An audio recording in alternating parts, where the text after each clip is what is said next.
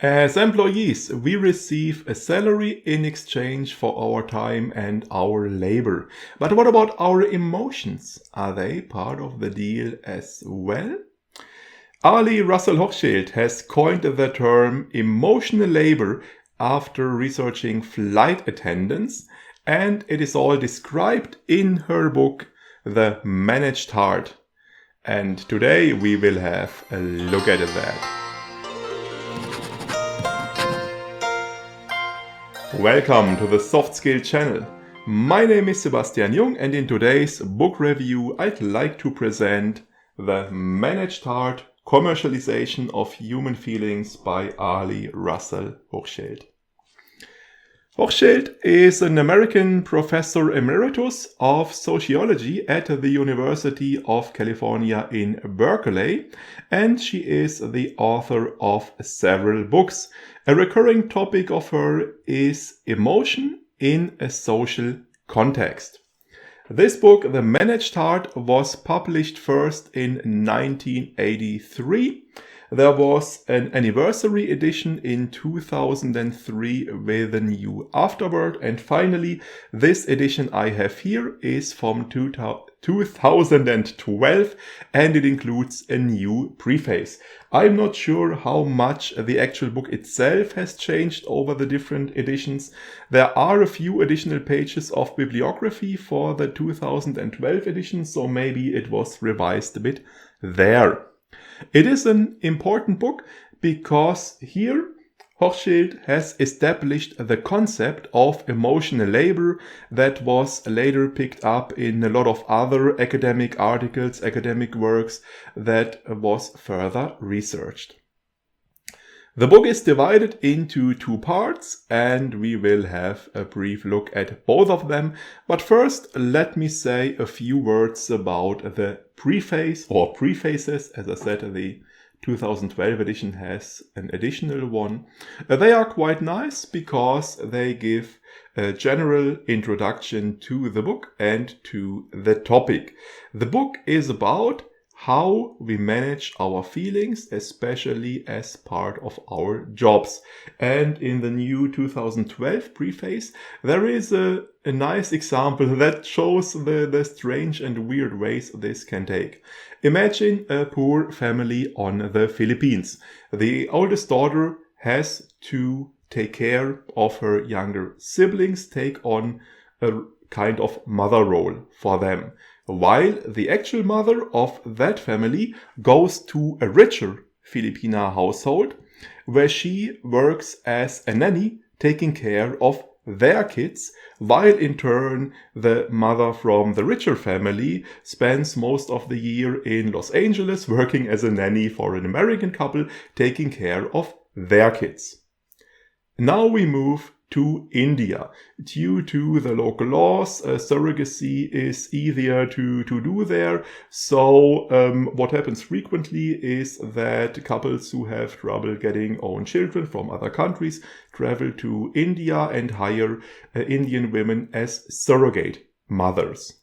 Now, the strange thing is, on the one hand, we have those Filipina nannies who have to try to develop a kind of emotional attachment to children that are not actually their own. And at the same time, we have those Indian surrogate mothers who have to try to detach themselves from children they bear and give birth to. And this is a nice example to show the strangeness of the whole thing. Now, Hochschild has primarily researched one specific profession, and that is flight attendants. And that is what most of the book is about. And in addition, she also briefly discusses bill collectors to provide a bit of contrast, a bit of a bigger picture. The first part of the book deals with private life, because we manage our emotions also in private life. Here Hochschild distinguishes between emotional work, which is managing emotions in general in our private life, in our unpaid time, and emotional labor, which is really part of our professional work, of our paid work. In the first part, she first asks the questions, what are feelings anyway? And Hochschild's theory, Hochschild's idea is based on an idea by Freud that feelings are clues, feelings are signals. Imagine, for example, you encounter a venomous snake, you feel fear, and this is the clue that makes you move away from the snake, flee from this venomous snake, which is obviously a good idea. So feelings are useful. Hochschild clearly declines the notion that feelings are something that is stupid, something that can be disregarded, as we often express in our day-to-day language. Because if we say someone is acting emotionally, we usually mean that someone is acting stupid, that someone is not thinking straight, is not being rational. Acting rationally is regarded as much better than acting emotionally. However, Hochschild clearly declines this notion. She regards this function of feelings as signals, as clues, as quite important. Now, the important thing is, if we manage our emotions, if we do emotional work or emotional labor, we have to ignore those clues to some extent. Hochschild describes an interview with a flight attendant where the flight attendant describes a situation where an angry passenger threw hot coffee at her. Now, usually we would clearly regard this as abuse and probably a criminal act. And a normal, natural reaction would be anger, probably expressed in some rather harsh words, maybe followed by a lawsuit. However, in this situation, because she was a flight attendant, this woman was supposed to just take it. She was not supposed to act upon her anger. The company wouldn't back her in any way. Because she was supposed to just take this abuse and ignore it. She was not supposed to act on her anger. She was not even supposed to feel the anger. And this is an important distinction that Hochschild describes. The distinction between surface acting and deep acting or method acting. Now, those are terms from professional acting, movie, theater, and the like. So let's consider an example from that area. Let's say I am an actor and I am in a great mood. I had an awesome day. Now I am going to work and I have to, let's say, film a scene for a movie, and the character I depict in this scene is in the deepest sorrow. That doesn't fit well. So maybe I should lose my happy smile and make a sad face instead. Oh, and the posture is probably wrong. I should probably be slumped and more like this. Oh, and the voice. The voice should not be cheerful. It should be low, and maybe I should talk slower. I should sound sad. So what I do is I take on the outward appearance of a sad person. I fake the look, I fake the appearance of a sad person. However, for actor and theater director Konstantin Stanislavski, this was clearly insufficient. He said if we just fake the outward appearance of emotions, then our acting won't be convincing. This is not good acting. What he wanted his actors to do was to really try to develop the required emotion. So in this scene where I play a sad person, I was supposed to really become sad. For example, by remembering sad events in my life, by imagining things that would make me sad. So if I do this, obviously I'm much more involved since I have to actually change my feelings, but it is more convincing. And as we will see later, for flight attendants, what is expected of them is often deep acting, not just surface acting.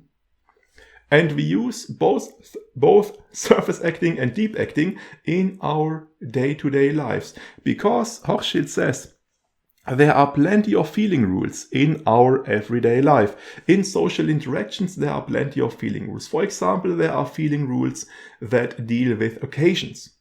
I am supposed to be happy and cheerful at a marriage, but I'm supposed to be sad at a funeral. And if I disobey those rules, for example, if I am sad at a marriage, people will be confused and will wonder what's wrong with him. Why is he in a bad mood, even though it is such a happy occasion? But obviously, sometimes the expected feeling won't just be there by default, won't just be there by itself. Maybe I am invited to a marriage, but I had a really bad day. I have some sorrow, some problems, whatnot, and I am in a bad mood. So what I will do is I will either apply surface acting by, for example, smiling even though I don't feel like it, or I will try to employ deep acting by telling myself, oh, there are such great festivities and I really like the couple and this is such a great day and I should really be happy. So we will apply surface acting and deep acting to obey the feeling rules in our day-to-day lives. There are plenty of more feeling rules. For example, there are others that deal with relationships. We are supposed to love our parents, and again, if we don't, both our parents and other people will be quite confused. And there are more complex feeling rules that deal with social interactions. For example, if I do someone a favor, I will expect appropriate gratitude in return. Let's say I am at work and a colleague helped me out by answering a difficult question. That colleague will probably expect a nice and sincere thank you. Now let's say the favor was a bit bigger. This colleague really had to put in 1 or 2 hours of work and had to postpone their own work to really help me out. In such a case, a mere thank you, even a genuine one, wouldn't be enough, wouldn't be appropriate. Instead, I would maybe have to help them with their work if that is possible, or maybe give them a small present, maybe invite them to lunch, something like that. So managing feelings plays an important role in our private lives, and now this concept is transferred to commercial use in our professional work. And this is discussed in the second part of the book, Public Life. Here we learn about the emotional labor of flight attendants. They provide service to the passengers, such as serving food, but ultimately their goal is to create certain emotions, such as happiness, making the passengers happy and content, and the tools they employ, such as a friendly smile or genuine warmth, are also focus heavily on emotions. Hochschild describes the circumstances and the forms and requirements this emotional labor takes place in. First of all, in the American airline industry, prices were regulated up until 1978, so competition had to focus on other areas, and service was a favorite there. A lot of focus was placed on service and a lot of focus was placed on flight attendants. They were heavily featured in advertising. Advertising put a lot of focus on flight attendants, and advertising was also important because it tended to make promises that the companies, the airlines often couldn't keep, such as promising flights that are on time when actually they were late 10 to 50% of the time. Or in advertisements, they like to show planes that were half empty, where you had lots of space and better service. But of course, in real life, this didn't happen frequently, and it would have been quite undesirable for the company. So often, passengers were frustrated when they noticed that their actual flight was not as the advertisement, and flight attendants obviously were the ones who had to deal with this frustration, who had to calm the passengers. Furthermore, flight attendants are obviously objects of sexual fantasies. Advertising often picked that up with slogans such as "Fly me, you like it," and others. So this was an additional challenge, an additional role flight attendants had to fill.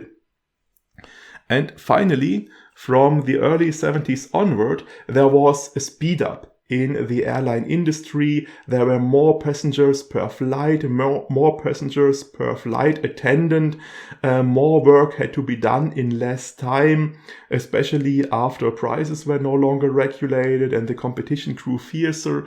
And of course, this was a big additional challenge. This made it way more difficult to keep up that genuine smile. To make this work, to provide these flight attendants that were advertised, the companies, the airlines, imposed a lot of feeling rules. It started right at recruiting. Hochschild describes a pamphlet to be read before your job interview that described how you should smile properly, how you should behave properly. Of course, in the interview itself, it was a major focus. And after you were hired, flight attendants got extensive training, 2 to 5 weeks, where there was again a strong focus on behavior, on how to treat passengers properly. And here we had a strong focus on deep acting. Hochschild describes, for example, that flight attendants were told to imagine the cabin would be their own living room and the passengers would be honored guests. Or, for example, they were told to imagine if a passenger was behaving badly, was being unfriendly, was being annoying, that they should imagine that this person probably had some trouble, some problems, and that was the reason, and that they probably aren't actually a bad person. So there was clearly a strong focus on deep acting. There was also a lot of pressure put on flight attendants. They were frequently reminded that someone else could take their place, that there are plenty of young women who would gladly take their jobs if they didn't want it anymore. So there was a lot of pressure. And there were a lot of regulations in regard to the outward appearance. By now, a lot of them have been abolished after legal battles. However, back then there were quite a lot. For example, weight was checked regularly. And in theory, if you were a pound over the expected weight for a longer time, you could get heavily sanctioned. You could be suspended without pay. You could even be fired. And there were more and even stranger regulations, such as having to wear a certain color of underwear or a certain color of eyeshadow that matched the color of your uniforms, all kinds of strange rules and regulations in regard to outward appearance. And supervisors were employed to keep a close eye on flight attendants and to control their behavior.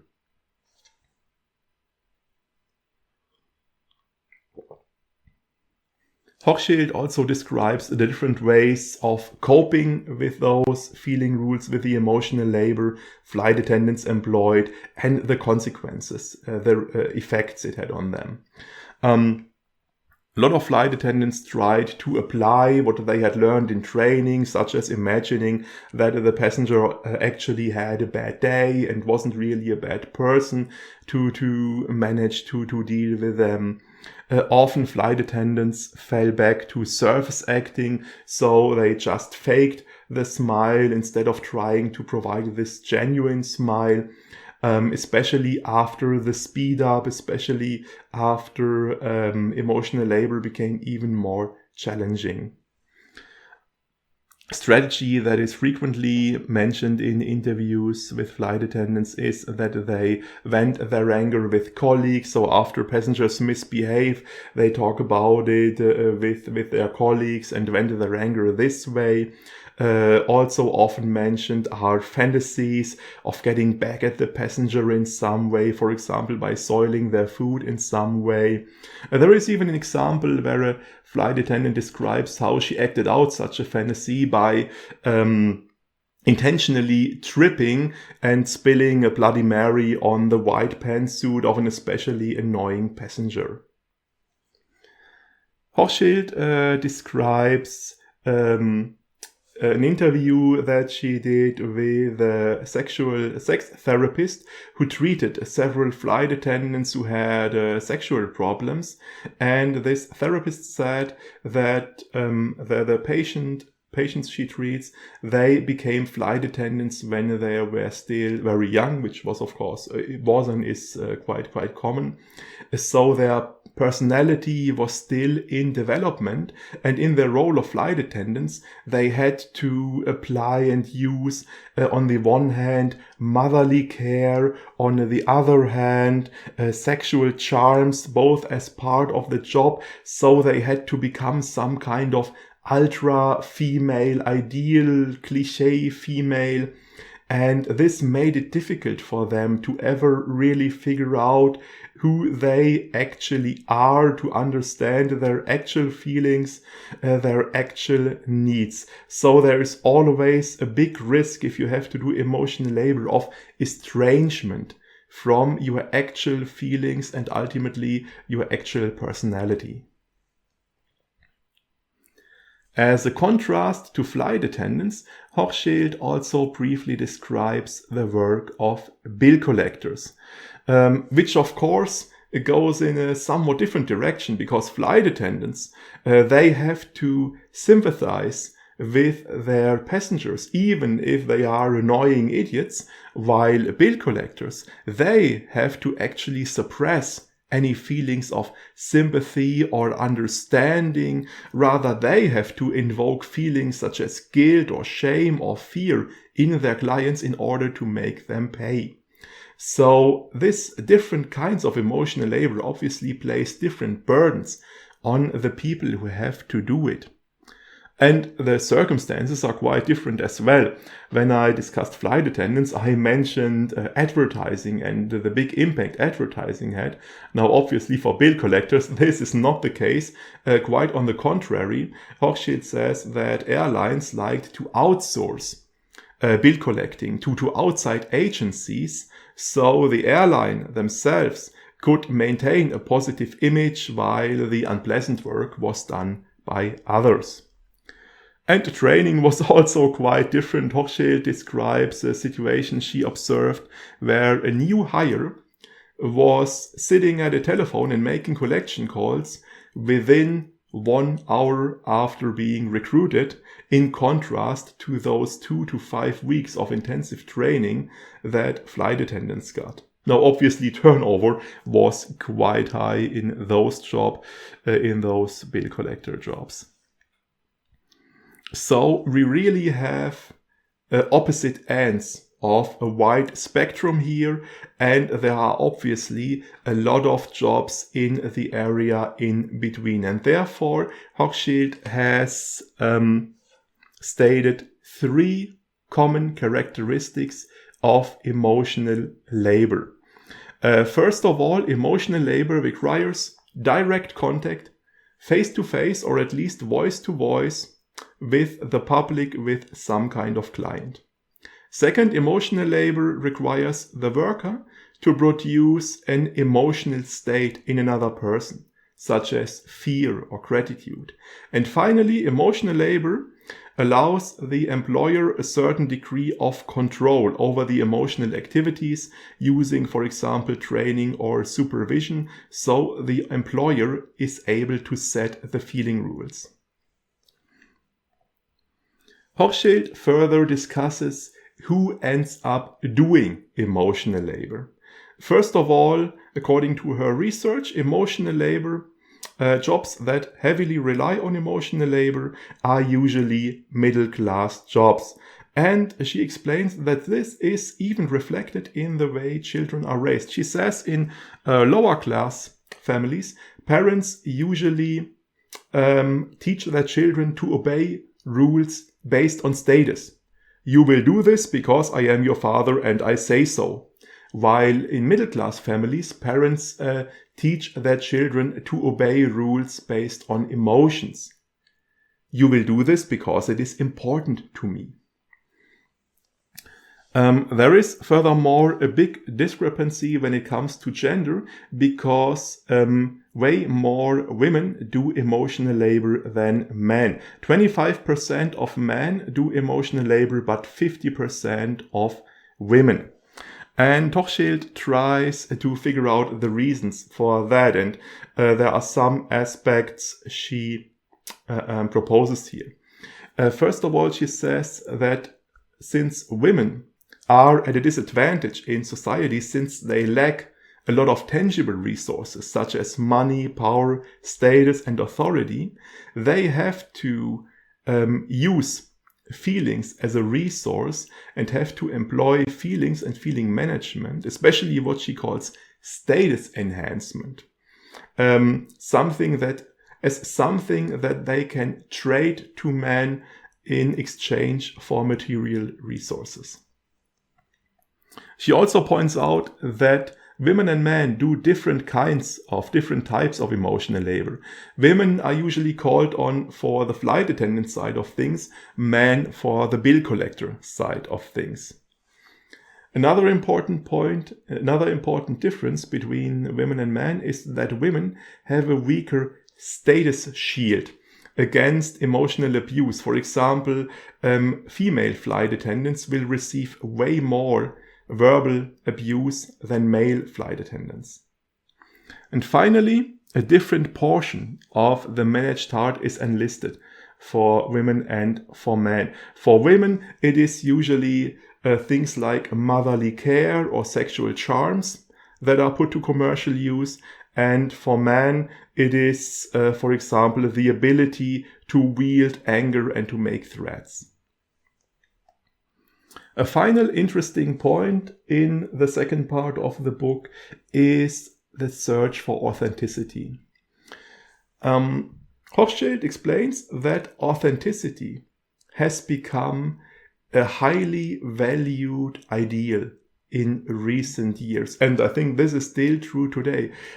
We place great value on spontaneous feeling, on natural feelings, on authenticity, on people that are authentic, situations that are authentic. And according to Hochschild, the reason for that is that authenticity, that we value authenticity as a counterpart to emotional labor. Due to the rise of emotional labor, of feelings that are managed and faked, we highly value authenticity and spontaneous natural feelings.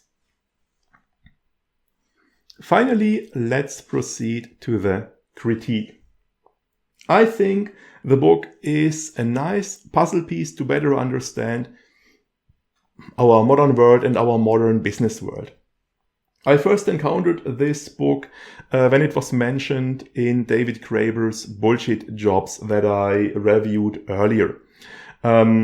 Bullshit jobs, as Graeber explains, are jobs where the employees have to pretend they are doing something useful when actually their work is entirely useless or even harmful.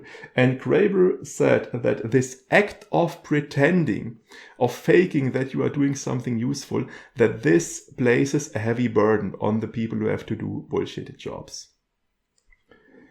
Furthermore, it is also my personal impression that in our modern world, in our modern business world, that managing feelings is getting more important beyond strict emotional labor. For example, a lot of enthusiasm is called for, on one hand, by companies. I think today employees are often expected to strongly identify with the company they work for, even more so than in the past. And enthusiasm is also called for in general by society, by recent trends on a cultural level. This idea if you don't love your job, you're doing it wrong, is quite present and quite popular, especially here in the soft skill area. Think, for example, of the books by Strzelecki that I reviewed, or more recently, Flow by Mihaly Csikszentmihalyi. There this idea was quite present, and on the other hand, the idea of just doing your work as a means to an end, that is not very popular. A while back I reviewed the German book Feierabend by Volker Kietz, who took a critical stance on this development. Kietz argued that nowadays we place expectations on our work that are unrealistic and that cannot be fulfilled. For example, the idea that work is supposed to give meaning to our lives. So I think the managed heart and the concept of emotional labor is an interesting puzzle part here. It certainly provides a nice introduction to the topic and a detailed exploration of a specific example. What we don't get, however, is a general overview. I think we have to keep in mind that not all emotional labor works like that of flight attendants. Now, obviously, flight attendants are a great example because for them, emotional labor really is the job, is the essence of the job. I think an important factor is that for flight attendants, this emotional labor is recognized and emphasized and focused on by the company, even despite things like the speed up. And on the other hand, the emotional labor they do, even though it is regarded as important, is not that vital for the overall process. I mean, you are sitting in a plane, you are going to some destination, and you will probably arrive there just fine, even if your dinner is not served with a genuine smile. You could probably do without the dinner altogether. Now, on the other hand, if we think of the emotional labor that is done, for example, by a nurse, the situation is somewhat reversed because, as far as I know, the emotional labor done by a nurse can actually contribute to the patient getting better. So it can be an important aspect of the overall process, but here the emotional labor is not recognized and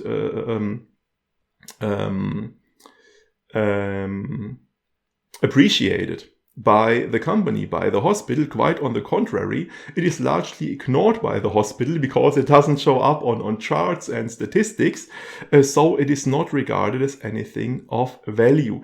And I guess in our modern world, the emotional labor by the nurse is probably more important, plays a bigger role than the emotional labor done by the flight attendant. What else? The book is fun to read. I enjoyed it. I think it is of, let's say, average difficulty. There are certainly books that are easier to read. There are also more complex, more difficult ones. One thing you have to keep in mind is that due to this focus on flight attendants, the book contains a lot of trivia or fun facts, for example, about the airline industries of the 80s and earlier, and several other topics. And this might be interesting for some. I found it interesting, I enjoyed it, but others might experience this as an unwelcome distraction, so it depends on your taste. I have no complaints about this specific edition of the book. It is quite nice, nice text, easy to read and everything, so this is perfectly fine. I hope you are happy and content enough to like the video and subscribe to the channel. I would be genuinely happy about that. We will see each other in the next video. For today I take my leave. Have a nice day. See you next time.